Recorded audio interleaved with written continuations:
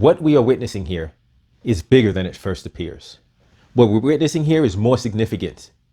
What we're witnessing here is not just some petty beef, some petty squabble between two rappers. What we're witnessing here is a war. It's not a war over clout, over money. It's a war that goes much deeper. A war that is much more significant. A war that is much greater. What we are witnessing here is a war over the soul of the Black community. Welcome to Escaping the Echo Chamber. Noname and J. Cole were trending again. And they were trending in relation to each other, specifically because J. Cole released a new album, and there are certain lyrics in his album that people are claiming are directed at Noname. But before we get there, let's take it back. Let's take it back to when Noname, a rapper who has been lauded for her lyrical ability, and not just her ability, but what she's saying. People have, referred to her as being conscious, as having messages and having depth, which is something I truly appreciate when somebody brings depth to their music. Somebody is talking about something, somebody has a message. It does matter, however, what that message is. So Noname and J. Cole had previous issues with people claiming that J. Cole was being misogynistic in his descriptions and the way he was criticizing Noname for his claims that she was criticizing rappers or men in general. And people said one of the things that one of the criticisms from Noname was that J. Cole doesn't read. He's not really educated on the topics of the social politics that she's critiquing and speaking about, and he's speaking from a place of ignorance.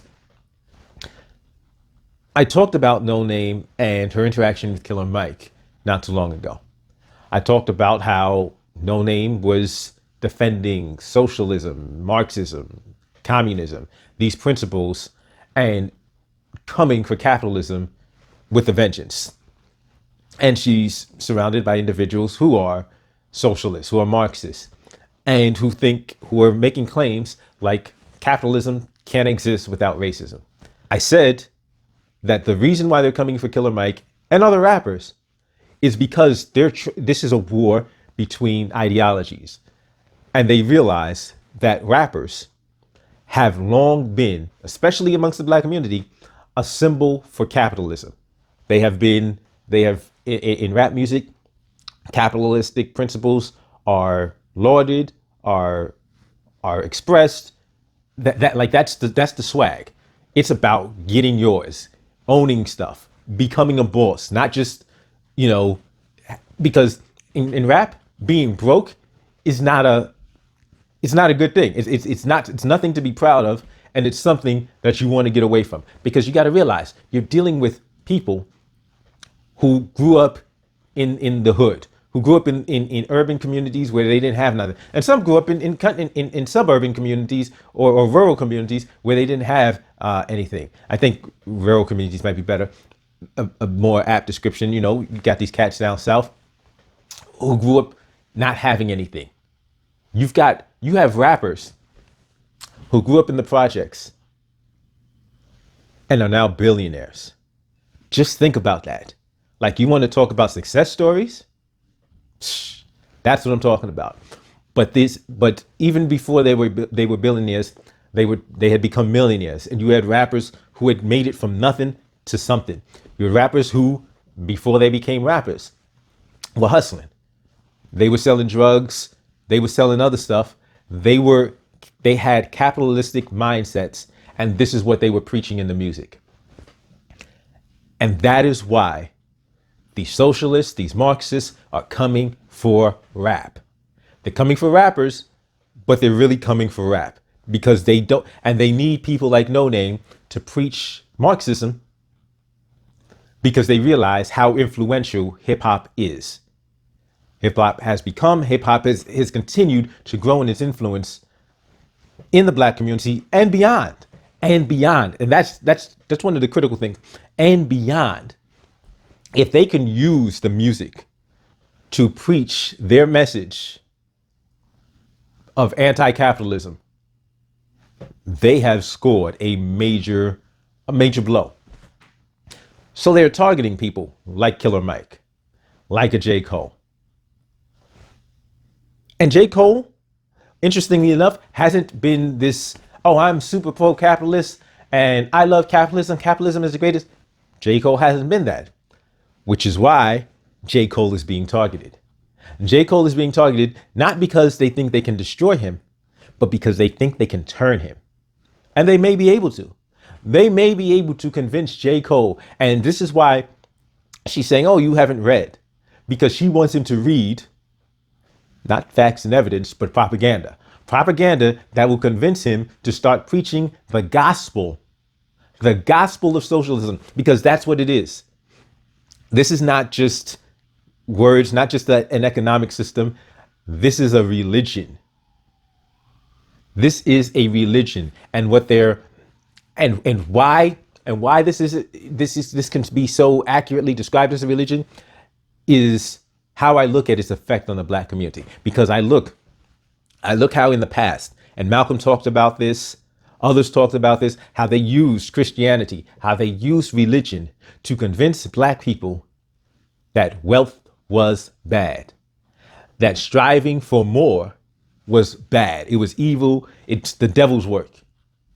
You can be poor your entire life until you die, and then you can have riches in heaven. This is what they preach to us. This is what they preach to Black people, and what they and the poison that they implanted in Black people's minds to get many Black people to accept poverty and destitution. Being poor and destitute was considered noble based on these religions, these philosophies, these ideologies, and these aspects of ideology that were being pushed to Black people. But the funny thing was, the other people that believed in Christianity, they were amassing wealth. They were amassing power, and they were passing this wealth on to their generations, their children, their progeny. They had their heaven on earth. And right now, there have been people that have realized and woken up, and you have Christian pastors and religious leaders who preach the gospel of prosperity now. And they tell people, no, there's nothing wrong with having wealth. Some of them are just becoming wealthy themselves at the expense of their congregations, but some are encouraging their congregants, their members. There's nothing wrong with striving for more. There's nothing wrong with amassing wealth. So now a new religion has risen to convince Black people that poverty is purity, that being poor is noble, that having no money, no power, no prospects is proper. This is what's being taught. This is what's being pushed. This is the ideology that is now being presented, and with a moral, under a framework of being more moral than being able to take care of yourself, being able to provide for your family and the people you love. That's evil. You shouldn't want that. You shouldn't want to have property, land, assets, money to be able to pass on to your children. You shouldn't want any of that. You shouldn't have any of that. And you can't actually get any of that. That's the message. It's not just that you shouldn't. They're also trying to convince us that we can't have it, that we can't get it. In a country where tens of thousands of millionaires are made every year. Tens of thousands of millionaires are made every year. But there's a lyric that J. Cole said that really got under people's skin. His lyric goes, "If you broke and clown a millionaire, the joke is on you." And I saw this this line, this lyric trending, and people were like, oh, that's nonsense. As soon as I heard that, I knew this was trash. I turned off the album. But then I went and listened to that song. The song is Applying Pressure, and the lyric before it is really, really interesting. The line before that is, envy keeps your pockets empty, so just focus on you. If you're broke and clowning on a millionaire, the joke is on you. Envy keeps your pockets empty. And envy is like the religion of these far leftists, because they're constantly watching somebody else's pockets. They're constantly criticizing millionaires and billionaires and acting like they're evil, acting like they keep talking about this class warfare as if classes don't change, as if the members of the classes can't and don't change. When people are regularly coming from the middle class, from the poor class to the middle class to the owner class, and there's a pathway. If we're willing to do the work, if we're willing to take the risk, if we're willing to stop listening to the system and just do the bare minimum. But this is what they're preaching. Envy is their religion. Envy. Envy is their religion, and they're trying to preach it. They're trying to push this religion to the Black community, and they need hip hop to do it. So they need to get somebody like a Killer Mike to stop embracing and defending capitalism, to stop engaging in capitalism. They need to get somebody like a J. Cole to go in and start agreeing with this nonsense that capitalism can't exist without racism. They need it because they have a bigger goal, a bigger end game. Their game is not just to destroy a rapper's career. Their goal is to control a rapper's career and to control hip hop in general.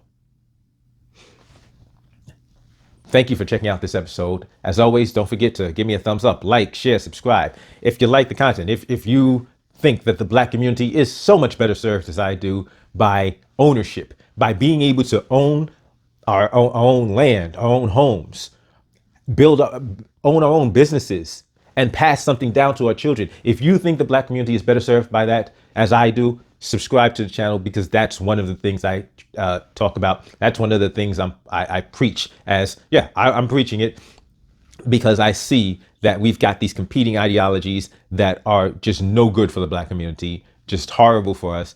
And I know that the path to power is through ownership, not through poverty. So if you agree with that, subscribe and hit the notification bell. And if you disagree with this, if you think socialism is the only way, if you think that capitalism is evil and capitalism is racist, give me a thumbs down. Give me a thumbs down, and don't just run away, but give me a thumbs down and write why in the comment section so I can address it either in the comment section or in a future video. I'll see you next time.